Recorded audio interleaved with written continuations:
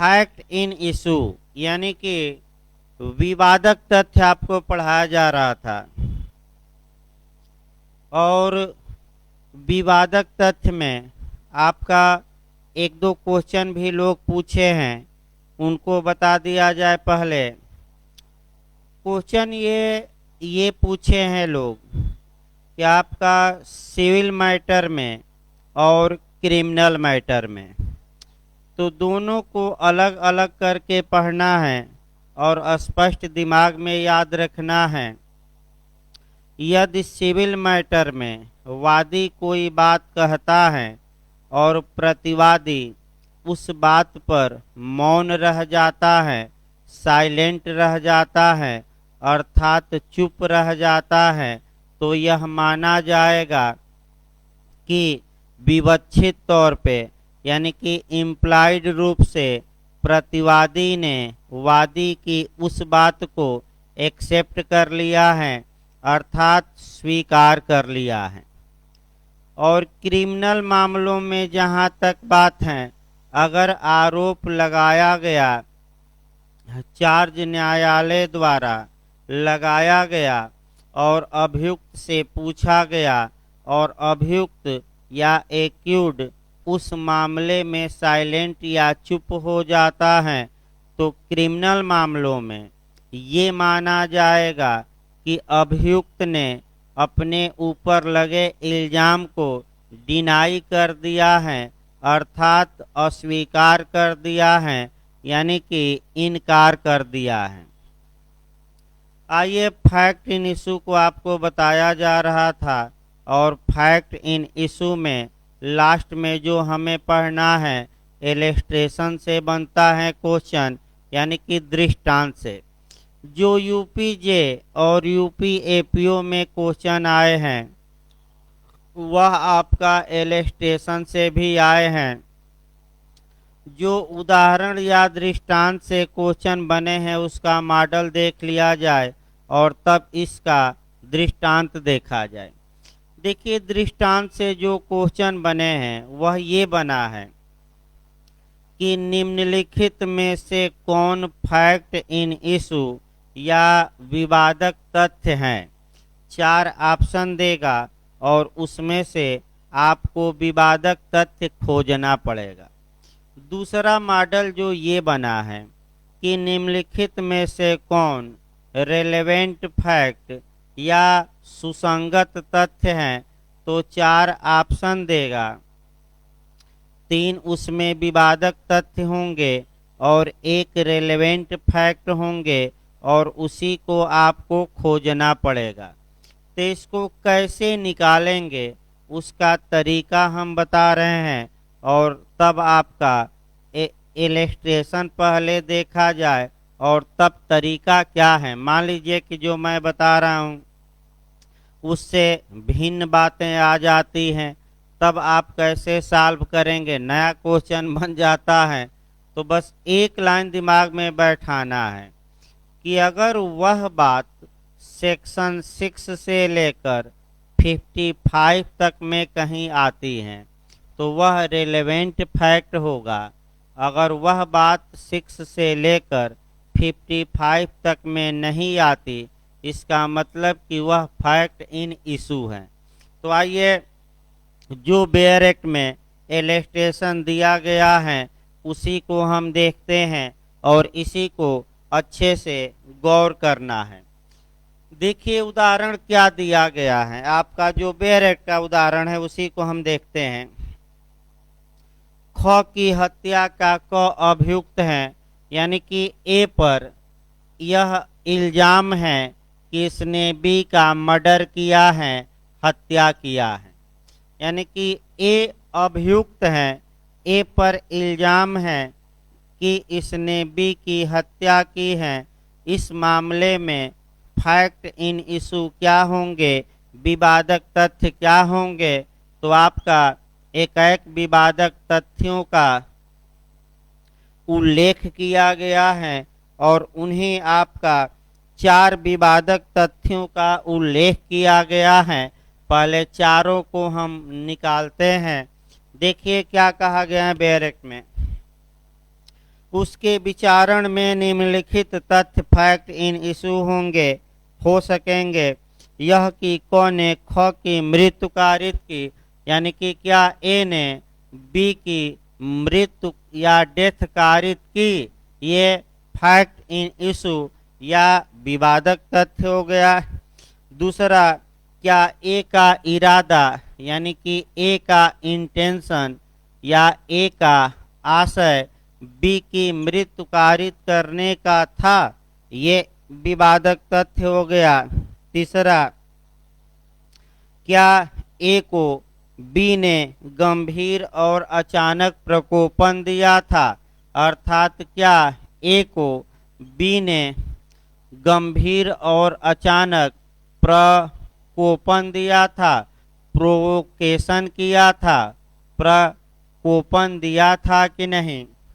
और चौथा fact in issue ये दिखाया जा रहा है कि यह कि ख की मृत्यु कारित करने का कार्य करते समय अनसाउंड माइंड यानी कि चित्त विकृत के कारण वह उस कार्य की प्रकृति को समझने में असमर्थ था। यानी कि ए जब बी का मर्डर कर रहा था तो ए जो था वह अनसाउंड माइंड पर्सन था, यानी कि 84 आईपीसी वाला था और यह अपने कार्य का क्या नहीं समझ पाया था, नेचर या प्रकृति समझने में कार्य करते समय क्या था, असमर्थ। ये जो कानूनी दृष्टांत दिए गए हैं, आइए देखा जाए। अब क्या ए ने बी की हत्या की, ये फैक्ट इन इशू होगा। क्यों? क्योंकि अगर इस बात का निर्धारण हो गया कि ए ने बी की हत्या की तो ए इस आधार पर दंडित किया जा सकता है। दूसरा, क्या ए का इंटेंशन बी का मर्डर करने का था, ये भी फैक्ट इन इशू है। क्यों? क्योंकि आपका मैक्सिम भी याद रखना है, एक्टस नॉन फैसिट रियम नाइसी मेंस सिटरिया, यानी कि मात्र कार्य किसी व्यक्ति को दोषी नहीं बनाता जब तक कि उस कार्य को करने का उसका इंटेंशन न हो। अगर ए का इरादा था तो वह दंडित होगा और नहीं इरादा था तो वह बाइज्जत बरी किया जा सकता है। ये भी क्या है, फैक्ट इन इशू। तीसरा ये कहा जा रहा है कि जब ए बी की हत्या किया तो क्या उसके पहले कुछ समय पहले बी द्वारा प्रोवोकेशन या प्रकोपन ए को दिया गया था कि नहीं। प्रोवोकेशन संबंधी जो लॉ है वह आपका आईपीसी के सेक्शन 300 का एक्सेप्शन नंबर 1 में दिया गया है। यदि ए ने बी को प्रकोपन में आकर, प्रोवोकेशन में आकर मर्डर किया हो बी का, तो ऐसी दशा में ये जो मामला है यह हत्या की कोर्ट में न आने वाले आपराधिक मानव वध माना जाएगा। अतः यह भी एक फैक्ट इन इशू है, क्योंकि अपराध को मर्डर से क्या कर दे रहा है, थोड़ा कम। आइए देखा जाए अगला। ए जब बी की हत्या कर रहा था उस समय यानी कि हत्या करते समय ए अनसाउंड माइंड पर्सन था, चित्त विकृत था और चित्त विकृत के कारण अपने कार्य के नेचर को समझने में असमर्थ था। अगर ये बात ए द्वारा ये एक फैक्ट इन इशू है और अगर ये बात ए द्वारा साबित कर दिया जाए तो ए बचाव का हकदार होगा और आईपीसी की किस धारा में बचाव का हकदार होगा, 84। ये फैक्ट इन इशू हैं। अब इसमें रेलेवेंट फैक्ट या उचित या प्रासंगिक या ठीक तथ्य कौन होंगे, तो जो तथ्य सेक्शन 6 से लेकर 55 तक में आ जाएंगे वह क्या माने जाएंगे, रेलेवेंट। तो तीन चार अपने मन से उदाहरण निकाला जाए। इसी में उदाहरण आपका सेट मैं कर दे रहा हूं। देखिए, पहला हम दे रहे हैं कि ए हत्या करने के बाद फरार हो गया था। अब ये है कि फरार होना फैक्ट इन इशू नहीं है, तो हत्या करने के बाद भाग गया था गांव छोड़कर, ये ए का पश्चातवर्ती आचरण सब्सिक्वेंट कंडक्ट बताता है। अतः ऐसी दशा में एविडेंस की धारा 8 के तहत क्या होगा? सुसंगत। दूसरा ए कह सकता है आपका सेक्शन 8 के तहत सुसंगत होगा। ये आपका मने सेक्शन 8 के तहत। अगला आप देख सकते हैं कि आप ये दिखा सकता है ए 11 का सहारा ए ले सकता है एविडेंस की धारा, और ये कह सकता है कि जिस समय घटना घटित हुई मैं घटना स्थल से बहुत दूर था, अतः मेरे द्वारा यह कार्य किया जाना एक असंभव बात है या विपरीत बात है। यानी कि प्ली आप एलिबाई का सहारा ले सकता है और यह विवादक तथ्य नहीं होगा, क्या होगा? सुसंगत। अब अगला देखा जाए एक दो उदाहरण और। ए ने हत्या करने के बाद स्वयं न्यायालय में ये कन्फेस किया है, यानी कि संस्वीकृति की है कि मैंने ही यह हत्या की है, तो यह भी रेलेवेंट फैक्ट हो गया और आपका कन्फेशन या संस्वीकृति में आएगा। फिर आपका एक डीडी का उदाहरण देखा जाए, डाइन डिक्लेरेशन या मृत्युकालिक कथन का। जब ए बी को गोली मारा और बी अस्पताल में भर्ती हुआ, बी डॉक्टर से बताया कि ए ने हमें यह गोली मारी है और बी उस गोली के मारने के कारण मर गया, तो बी ने जो कथन किया है वह फैक्ट इन इशू नहीं है, बल्कि सेक्शन 32 के क्लाज 1 के तहत क्या है? रेलेवेंट फैक्ट है। तो अब आया कि रेलेवेंट फैक्ट करेंगे क्या? तो रेलेवेंट फैक्ट या विवादक तथ्य करते क्या है? माने रेलेवेंट फैक्ट या सुसंगत तथ्य का काम क्या है? तो सुसंगत तथ्य का काम ही है कि विवादक तथ्य को साबित या ना साबित करना। यानी कि रेलेवेंट फैक्ट वो माध्यम है, वह चैन है, वह कड़ी है जिसके द्वारा फैक्ट इन इशू के अस्तित्व में होने या मौजूद होने या अस्तित्व में न होने का एक अनुमान निकाला जाता है। इस प्रकार आपका जो विवादक तथ्य की परिभाषा थी वह पूरी तरह समाप्त हो गई। अब हमें देखना है आपका सुसंगत तथ्य। इसको भी काफ़ी अच्छे से आपको जानना है, क्योंकि यहाँ से भी काफ़ी क्वेश्चन बनते हैं। और पिछली बार यूपी जे में क्या क्वेश्चन बना था वो भी हमें इस पर देखना है, रेलेवेंट फैक्ट पर। देखिए, पहले तो शब्दों का जाल देखिए कैसे एमपी और इत्यादि राज्य क्वेश्चन बनाए हैं। आपका पहला क्वेश्चन जो बनता है सुसंगत, और दूसरा सुसंगत तथ्य। सुसंगत तथ्य पहला क्वेश्चन आपको जो निकालना है वह कई राज्य बना चुके हैं कि सेक्शन 3 में किस शब्द को निर्वचित या परिभाषित नहीं किया गया है।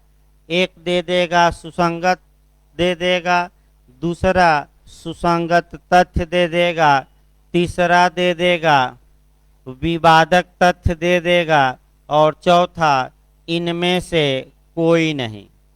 इनमें से कोई नहीं। ये क्वेश्चन कई बार बना है, गलत न हो। तो पॉइंट आपको कैसे पकड़ना है प्री में, रेलेवेंट शब्द को परिभाषित किया गया है, फैक्ट इन इश्यू को भी किया गया है। ये जो एक बीच में तथ्य हैं, रेलेवेंट फैक्ट या सुसंगत तथ्य, इसको साक्ष्य अधिनियम की धारा 3 में परिभाषित नहीं किया गया है। तो आपका पूछे कि सुसंगत तथ्य को कहाँ परिभाषित किया गया है, परिभाषित नहीं किया गया है। तो किसकी परिभाषा दी गई है, तो आपका क्या जवाब रहेगा, केवल रेलेवेंट की, यानी कि सुसंगत की। सुसंगत तथ्य की नहीं, ये अच्छे से तैयार रखिएगा। अब आइए, जो रेलेवेंट है या इसको हम सुसंगत, सुसंगत का मतलब उचित, उचित का मतलब ठीक, ठीक का मतलब अच्छा, और अच्छा का मतलब प्रासंगिक। कई जगह प्रासंगिक भी दे रहा है। अब प्रासंगिक किसे कहा जाएगा, तो जहाँ तक अभी बेयर एक्ट की भाषा न देखकर अन्य बातें हम देखते हैं, और तब बेयर एक्ट में रेलेवेंट को किस रूप में डिफाइन किया गया है वह देखेंगे।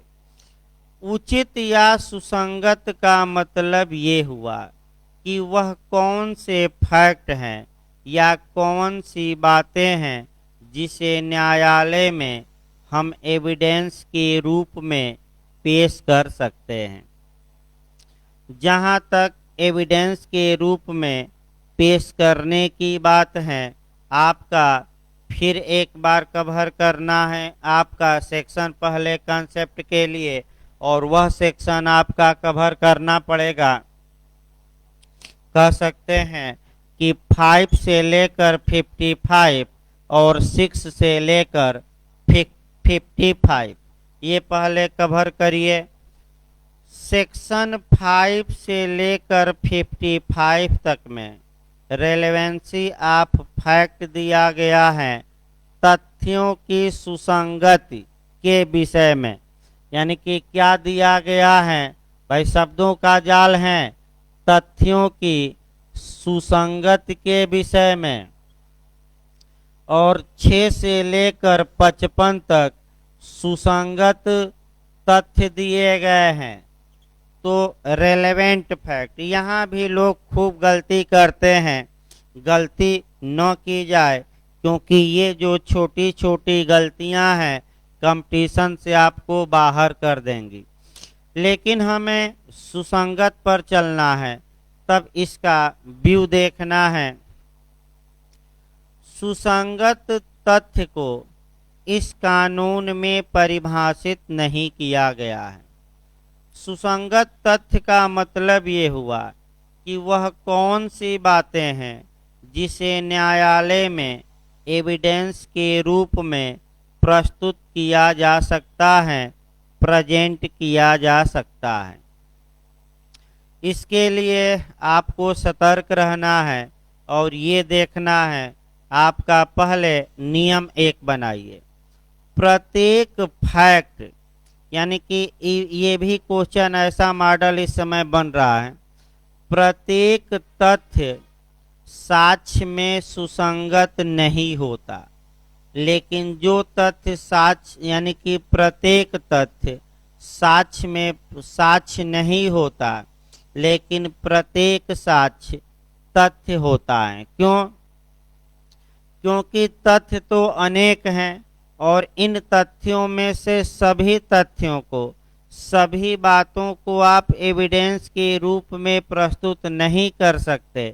केवल और केवल उन बातों को ही एविडेंस के रूप में न्यायालय में प्रस्तुत किया जा सकता है, जिनका वर्णन सेक्शन 5 से लेकर 55 तक में दिया गया है। सेक्शन 5 ये बताया जाएगा आगे, लेकिन सेक्शन 5 ये बता देता है कि जो भी एविडेंस दिया जाएगा या तो फैक्ट इन इशू का दिया जाएगा, यानी कि विवादक तथ्य का दिया जाएगा, या जो इस धारा के बाद यानी कि जो सेक्शन 5 के पश्चात या बाद रेलेवेंट घोषित किए गए हैं उनका साक्ष्य दिया जा सकता है। यानी कि साक्ष्य केवल 2 तथ्यों का दिया जाएगा, ये सेक्शन 5 बताती हैं। या तो फैक्ट इन इशू का या रेलेवेंट फैक्ट का। सेक्शन 5 ही इस बात का वर्णन करती है कि इस सेक्शन के पश्चात जो रेलेवेंट घोषित किए गए हैं तथ्य उनका एविडेंस दे सकते हैं। तो सेक्शन 5 के बाद आपका बचता है सेक्शन 6 से लेकर 55 तक। तो ये कैसे तथ्य हैं? सुसंगत। तो याद रखिएगा दोनों का अंतर है। तथ्यों की सुसंगत के विषय में पूछे फिर मैं बता दूं 5 से 55, और सुसंगत तथ्य पूछे 6 से 55, ये आगे डिटेल में और बताया जाएगा। तो आखिर आपका ये रेलेवेंट जो होता है वह 2 प्रकार से रेलेवेंट फैक्ट होते हैं।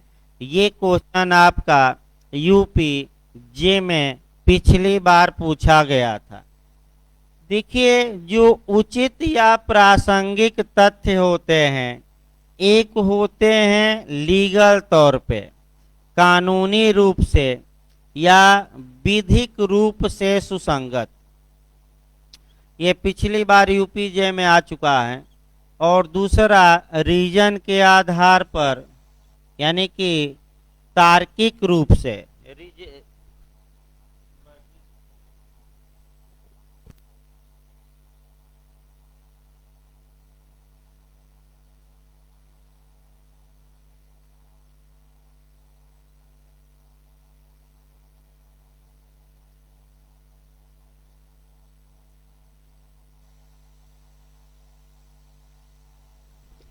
देखिए एक होता है आपका, बता दिया जाए, ये क्वेश्चन अच्छे से तैयार रखिए, कई राज्यों में आ चुका है। एक कानूनी रूप से रेलेवेंट फैक्ट होते हैं और दूसरा आपका होते हैं तार्किक रूप से, रीजनिंग के आधार पर।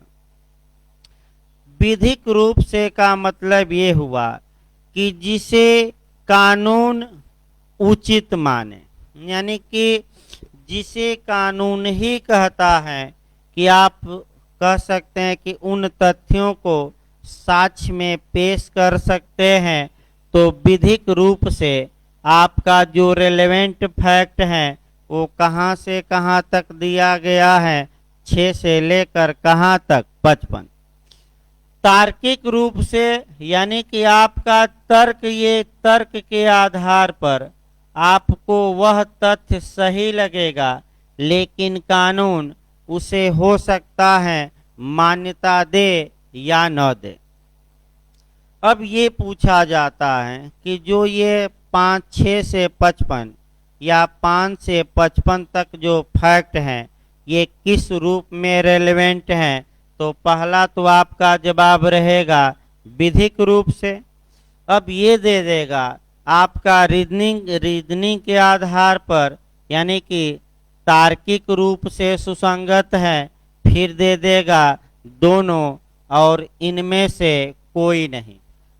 तो अच्छे से इसको याद रखे भाई, जितनी बातें विधिक या लीगल रूप में रेलेवेंट हैं वे सभी बातें यह माना जाता है कि वह तार्किक रूप से भी रेलेवेंट हैं, यानी कि तार्किक रूप से भी क्या है, सुसंगत। तो अगर क्वेश्चन आपका पूछे कि धारा 5 से 55 तक जो ये रेलेवेंट माने तथ्यों की सुसंगत हैं वह विधिक रूप से सुसंगत है कि तार्किक रूप से, कि दोनों, कि इनमें से कोई नहीं, तो आपका जवाब रहेगा दोनों। ये पहला, यानी कि प्रत्येक विधिक रूप से सुसंगत तथ्य तर्क के आधार पर भी उचित माने जाते हैं। ये दोनों मारिएगा।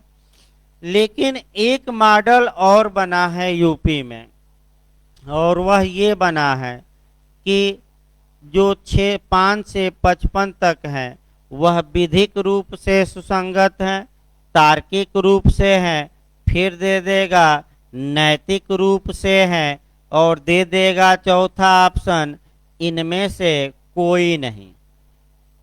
यहाँ आपका आंसर बदलेगा और यहाँ आपका विधिक रूप से, तार्किक रूप से, नैतिक रूप से, इनमें से कोई नहीं, इन चारों में से क्या चुनना है? एक चुनना है, तो क्या मारेंगे? विधिक रूप से। अब आइए तार्किक देखा जाए। देखिए, जो बातें तर्क के या रीजनिंग के आधार पर सही हो, भले कानून उसे सही मानता हो या न मानता हो, उन बातों को हम तार्किक रूप से सुसंगत बातें कहते हैं। आइए कम से कम 2-3 उदाहरण देखिए जहाँ की आप तर्क के आधार पर, रीजनिंग के आधार पर कहेंगे कि इन बातों को भी कोर्ट में आना चाहिए, लेकिन कानून आपके तर्क को खारिज करता है और कहता है कि ये बातें आपका गुप्त रखी जाएं, भले ये बातें अच्छी हो, तर्क के आधार पर क्या हो? सही। 2-3 उदाहरण मैं बता रहा हूं, अच्छे से इसको याद रखना है। एक मैं उदाहरण या इलस्ट्रेशन बता रहा हूं एविडेंस के सेक्शन 126 से, दूसरा मैं बता रहा हूं 120 से, यानी कि आपका धारा 120 से, फिर हम एक उदाहरण बता रहे हैं धारा 125 से 125। कम से कम 3 उदाहरण यहाँ अच्छे से देखिए। देखिए, आपका सेक्शन 126 प्रिविलेज देता है, यानी कि अधिवक्ता ने या एडवोकेट ने अपने क्लाइंट को क्या बातें बताई, सलाह दी, या क्लाइंट ने एडवोकेट को क्या बातें बताई, तो तर्क के आधार पर आप कहेंगे कि ये बातें भी प्रकट होनी चाहिए, इसकी भी डिस्कवरी हो, ओपन हो। लेकिन कानून कहता है कि इन बातों को भले तर्क के आधार पर ये बातें उचित हो, लेकिन ये बातें प्रकट नहीं की जाएंगी। ये कानून किस सेक्शन में कहा गया है? 126। यानी कि जो एडवोकेट हैं उनकी सलाह को प्रोटेक्ट किया गया है, और क्लाइंट या मुवक्किल ने, कक्षकार ने अपने एडवोकेट को क्या बताया, ये भी प्रोटेक्ट हैं। इसके बाद आ जाइए 122 देखा जाए, धारा 122। 122 से भी लगातार क्वेश्चन बन रहा है। विवाहिता स्थिति के दौरान, यानी कि मैरिज में रहने के दौरान, विवाहिता स्थिति के दौरान पति ने पत्नी को क्या कम्युनिकेट किया, संसूचना दी, या पत्नी ने पति को क्या जानकारी दी, कम्युनिकेट किया, ये बातें गुप्त रखी जाएंगी। तर्क के आधार पर भले आप कहिए कि ये बातें भी न्यायालय में आनी चाहिए, लेकिन कानून कहता है कि ये बातें गुप्त रखी जाए। ये भी आपका तर्क के आधार पर उचित है, लेकिन कानून के आधार पर नहीं। तीसरा आपका 125 मुखबिरों को प्रोटेक्ट करती है। मुखबिरों को, जासूसों को प्रोटेक्ट करती हैं, और ये बताती हैं कि किसी पुलिस अफसर से यह नहीं पूछा जाएगा कि आपको अपराध की सूचना कहाँ से मिली, यानी कि पुलिस चाहे तो मुखबिरों का नाम या अपराध की सूचना देने वाले का नाम गुप्त रख सकती है। और ये तर्क के आधार पर भले आपको उचित न लगे, लेकिन कानून कहता है कि इसे हम उचित नहीं मानेंगे, और इन चीज़ों को साक्ष्य से कहाँ रखना चाहिए? बाहर। इसका मतलब लास्ट में ये हुआ कि प्रत्येक तार्किक रूप से सुसंगत तथ्य विधिक रूप से सुसंगत नहीं होता, लेकिन प्रत्येक विधिक रूप से सुसंगत तथ्य किस रूप में सुसंगत होता है? तार्किक। अब यहाँ एक आपका और पूछ सकता है, और ये पूछ सकता है कि वाइड एरिया किसकी है?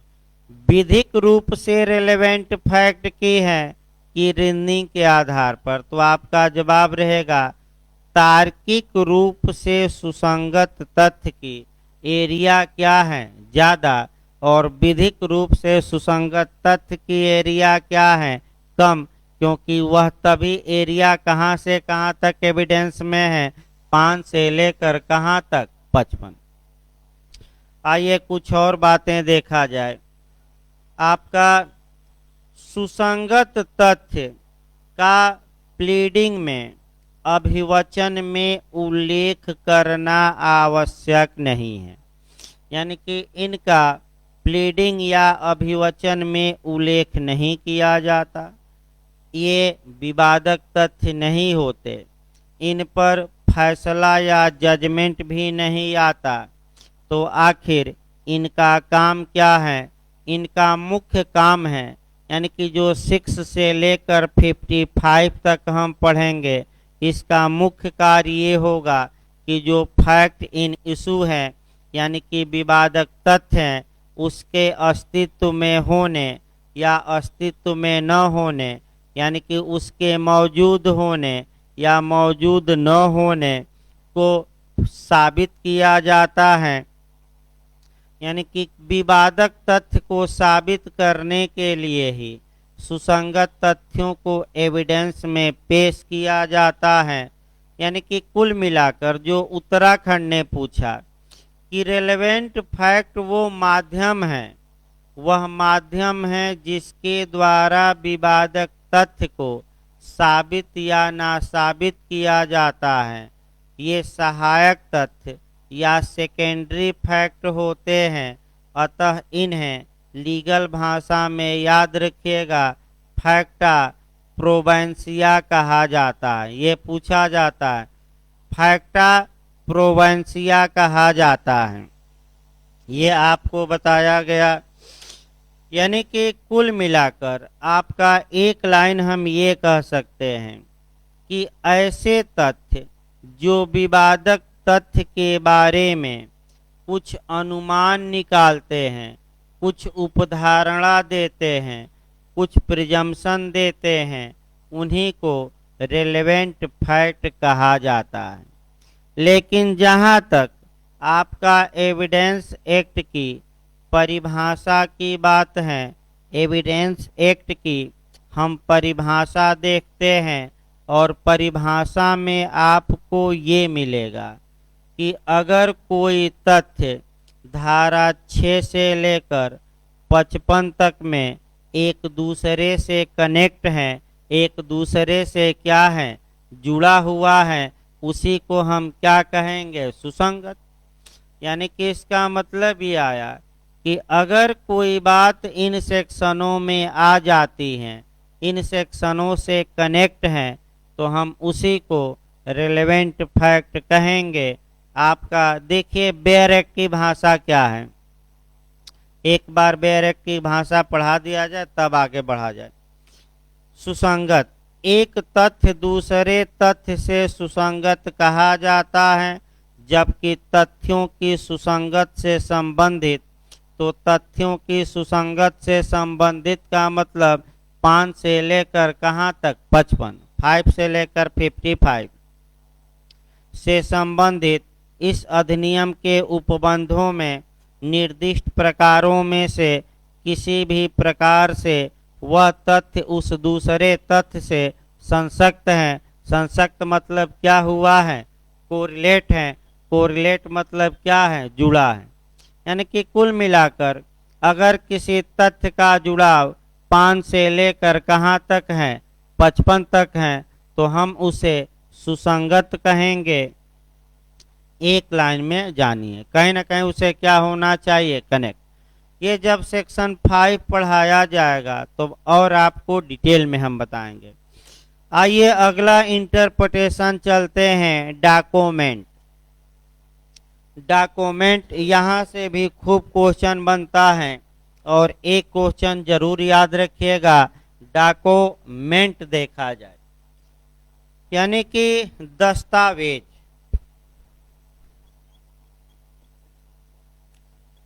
इसको भी अच्छे से तैयार रखना है, एक क्वेश्चन बनने का पूरा चांस रहता है।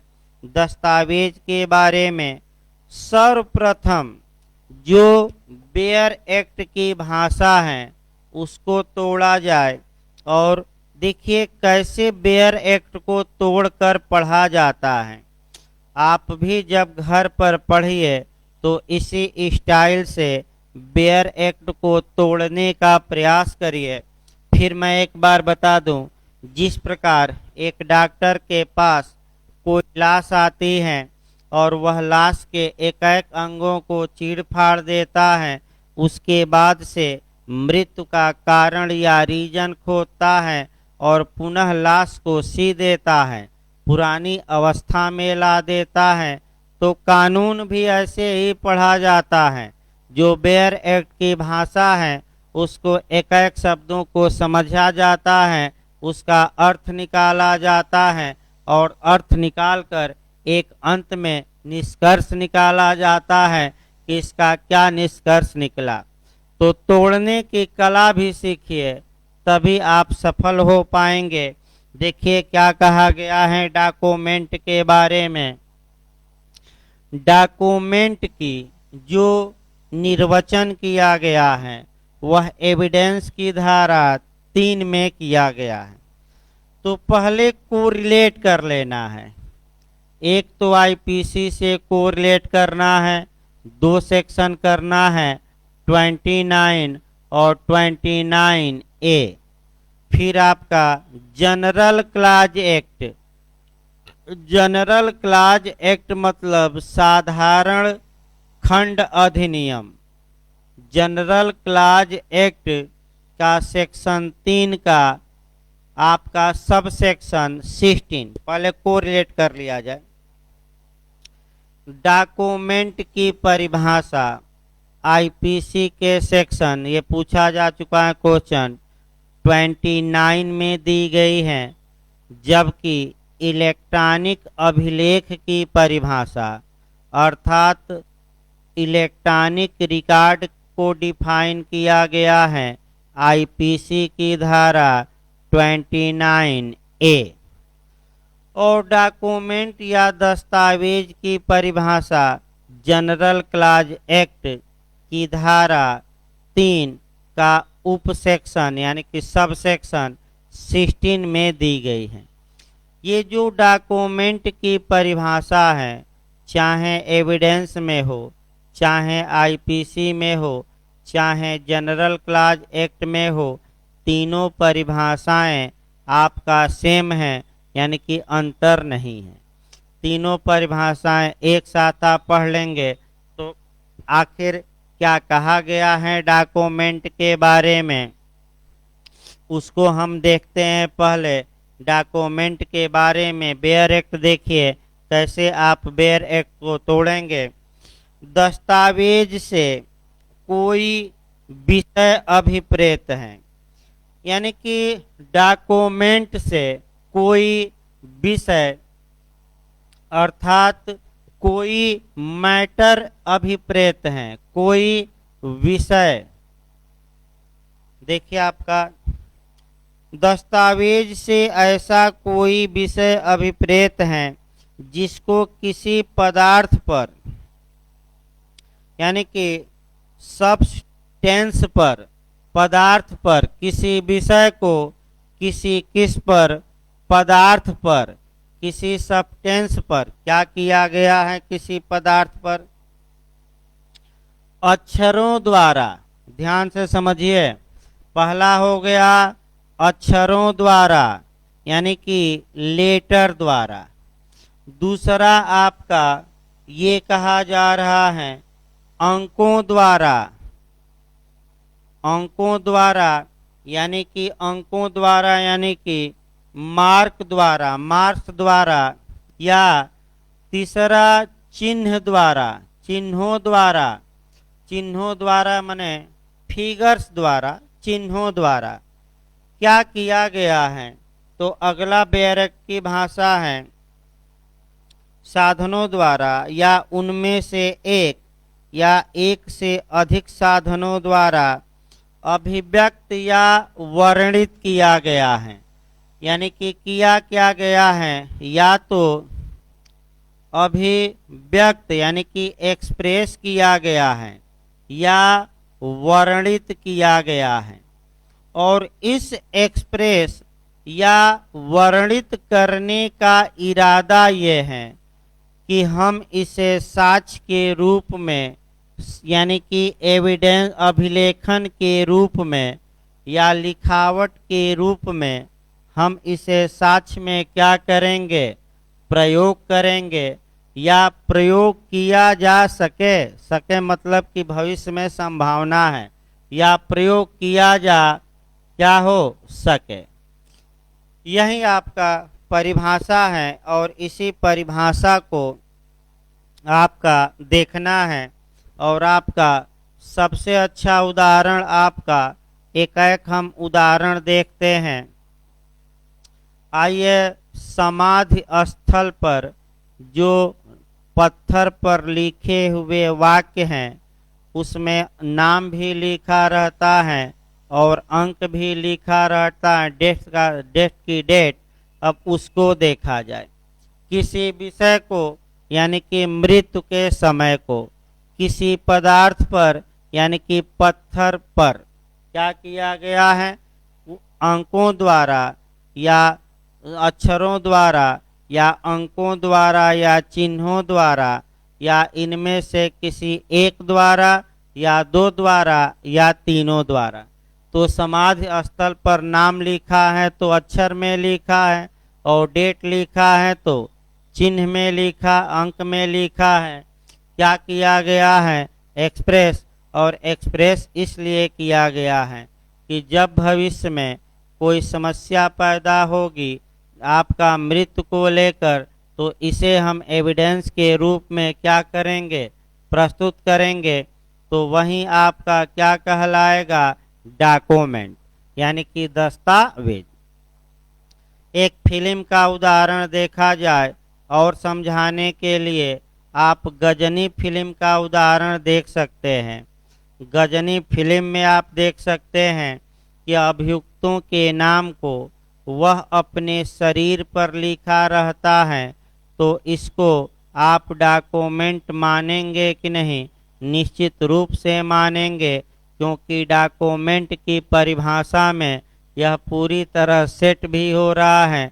जैसे आजकल लोग टैटू भी बनवा रहे हैं, आपका नाम लिखवा रहे हैं, टैटू बनवा रहे हैं, ये भी डॉक्यूमेंट माना जाएगा।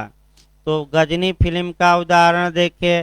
किसी मैटर को, किसी विषय को यानी कि अभियुक्तों के नाम को किसी पदार्थ पर यानी कि शरीर पर अक्षरों द्वारा अभिव्यक्त किया गया है। और उद्देश्य क्या है कि जब हम सही हो जाएंगे तो अपना मेमोरी रिफ्रेश करेंगे, देखकर अपनी स्मृति एविडेंस की धारा 159 वाली के तहत क्या करेंगे, अपनी स्मृति या मेमोरी क्या करेंगे, रिफ्रेश। तो शुद्ध रूप से ये जो मैंने उदाहरण था ये शुद्ध रूप से आपका मैंने इस दस्तावेज की परिभाषा में सेट होता है, अतः इसे डॉक्यूमेंट माना जाएगा। जहाँ तक डॉक्यूमेंट की बात है, जो सबसे महत्वपूर्ण पूछा इस समय जा रहा है वह गलत न हो। अब हम बताते हैं विद्वान वेस्ट की परिभाषा और उनका उदाहरण। याद रखिएगा यही ज़्यादातर पूछा गया है। वेस्ट महोदय ये विद्वान हैं और इन्होंने कुछ आपका वाक्य कहा है और यूपीजे और यूपीएपीओ में वेस्ट महोदय ने जो बातें बताई वही बातें 2-3 बार कंपटीशन में आई हैं। ये बातें गलत न हो। देखिए क्या बताते हैं। तो वेस्ट महोदय के अनुसार दस्तावेज शब्द के अंतर्गत वे सभी सामग्रियां सम्मिलित हैं जिन पर मनुष्यों के विचार लिपिबद्ध आलेख द्वारा या परंपरागत चिन्ह या प्रतीक के किसी अन्य माध्यम द्वारा प्रदर्शित किए जाते हैं। पुनः आपका वेस्ट महोदय कोटेशन तो नहीं बना है, लेकिन दृष्टांत बना है। इन्होंने उदाहरण दिया है और वह उदाहरण अच्छे से तैयार रखना है। देखिए, ये बताता है कि एक मिल्क मैन है या ग्वाला है या दूधिया है। यानी कि एक आपका ग्वाला है और वह गिनती नहीं जानता और जितनी दूध की मात्राएं दे रहा है, या तो दीवार पर या किसी लकड़ी के पटरे पर वह चिन्ह बना रहा है। फिर एक बार समझिए, एक ग्वाला है या मिल्कमैन या दूध वाला है और जितना दूध दे रहा है वह आपका एक लकड़ी के पटरे या दीवार पर कहिए, वह उतना चिन्ह बना दे रहा है। अब क्वेश्चन ये बना है कि क्या ये जो चिन्ह बनाया है ये मौखिक साक्ष्य माना जाएगा कि दस्तावेजी, कि आपका साक्ष्य दोनों, कि इनमें से कोई नहीं, साक्ष्य माना ही नहीं जाएगा। इसका उत्तर देने के लिए आप डॉक्यूमेंट की परिभाषा पर इस उदाहरण को सेट करिए। किसी विषय पर तो लकड़ी के पटरे पर, किसी पदार्थ माने किसी विषय को, देखिए फिर एक बार, किसी विषय को यानी कि दूध की मात्रा को, किसी पदार्थ पर यानी कि लकड़ी के पटरे पर, अक्षर द्वारा हुआ नहीं, अंक द्वारा हुआ नहीं, तो किसके द्वारा उल्लिखित किया गया है? चिन्ह द्वारा। क्या किया गया है? अभिव्यक्त या वर्णित। और दूधिये का इरादा ये है कि जब भविष्य में दूध की मात्रा को लेकर डिस्प्यूट पैदा होगा तो हम इस लकड़ी के पटरे को साक्ष्य के रूप में क्या करेंगे? पेश। चूंकि यह बेस्ट महोदय ने जो उदाहरण दिया है, ये उदाहरण पूरी तरह डॉक्यूमेंट के परिभाषा में सेट होता है, अतः लकड़ी के पटरे पर बनाए गए चिन्हों को दस्तावेज माना जाएगा और ये डॉक्यूमेंट्री एविडेंस होगा, दस्तावेजी साक्ष्य माना जाएगा।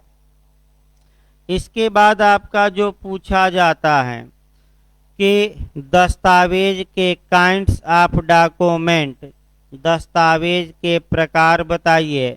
तो अगर दस्तावेज के प्रकार पूछे तो दस्तावेज दो प्रकार का होता है, एक पब्लिक डॉक्यूमेंट और दूसरा प्राइवेट डॉक्यूमेंट। पब्लिक डॉक्यूमेंट का उल्लेख एविडेंस की धारा 74 में किया गया है, जबकि प्राइवेट डॉक्यूमेंट्स के बारे में प्रावधान एविडेंस की धारा 75 में किया गया है। फिर क्वेश्चन बनता है कि दस्तावेजी साक्ष्य कितने प्रकार के, डॉक्यूमेंट्री एविडेंस कितने प्रकार के? तो डॉक्यूमेंट्री एविडेंस भी दो प्रकार के होते हैं, एक प्राइमरी एविडेंस और दूसरा द्वितीयक। यानी कि एक प्राथमिक साक्ष्य और दूसरा द्वितीयक साक्ष्य। अब सेक्शन भी याद रखना है। प्राइमरी एविडेंस की परिभाषा एविडेंस के सेक्शन 62 में दी गई है, जबकि सेकेंडरी एविडेंस की परिभाषा 63 में। पिछली बार यूपीएपीओ में ये क्वेश्चन आया था कि प्राथमिक साक्ष्य एविडेंस की किस धारा में डिफाइन है, तो कहाँ मार्कर आएंगे? 62। और सेकेंडरी पूछे तो 63। दस्तावेजी साक्ष्य को डेड एविडेंस कहा जाता है, ये भी इंटरव्यू में पूछा गया है। दस्तावेजी साक्ष्य को मृत साक्ष्य कहा जाता है, मरा हुआ साक्ष्य कहा जाता है। अब यहाँ से थोड़ा कोरिलेट करना है कि मृत प्राय सेक्शन यानी कि मृत के समान, डेड के समान आईपीसी का कौन सा सेक्शन है? मृत है नहीं, जिंदा है, लेकिन मरे हुए के ही समान है। तो वह आपका क्वेश्चन इंटरव्यू में बनता है। आईपीसी का सेक्शन जाकर देखिएगा 493। आईपीसी का सेक्शन 493 एक मृत प्राय सेक्शन कहा जाता है। क्यों कहा जाता है? क्योंकि 9493 में जो बात बताई गई है वह शुद्ध रूप से रेप में भी आती है, अतः उस धारा का प्रयोग कम किया जाता है और दुराचार की धारा का प्रयोग ज्यादा किया जाता है। इंटरव्यू का ये क्वेश्चन है, कौन सा आईपीसी का सेक्शन? 493 मृत प्राय। आवाज नहीं है लेकिन मरे जैसे हैं, आवाज नहीं है, याद रखिए। इसके बाद आपका दस्तावेजी साक्ष्य को जो उत्तराखंड ने बनाया क्वेश्चन बेस्ट एविडेंस कहा जाता है। ये क्वेश्चन ये बना था कि सर्वोत्तम साक्ष्य कौन होता है? मौखिक साक्ष्य कि दस्तावेजी कि अनुश्रुत साक्ष्य, इनमें से कोई नहीं। तो आप क्या मारेंगे? डॉक्यूमेंट्री एविडेंस कैसा एविडेंस होता है? बेस्ट एविडेंस होता है। फिर पूछे कि क्यों बेस्ट एविडेंस है, तो आपका जवाब रहेगा डॉक्यूमेंट्री एविडेंस में वह क्षमता होती है कि वह ओरल एविडेंस को, मौखिक साक्ष्य को क्या कर दे? बाहर का रास्ता दिखा दे, अपवर्जित कर दे। अतः डॉक्यूमेंट्री एविडेंस डेड एविडेंस होते हुए भी आपका बेस्ट एविडेंस होता है। चूंकि जूरिस्प्रूडेंस भी पढ़ाना है तो आपका भाई यहीं आपका रोका जा रहा है, थोड़ा बहुत बचा है डॉक्यूमेंट के बारे में, कल आपका और पढ़ाया जाएगा। अभी आपका 10 मिनट बाद जूरिस्प्रूडेंस का क्लास चलेगा।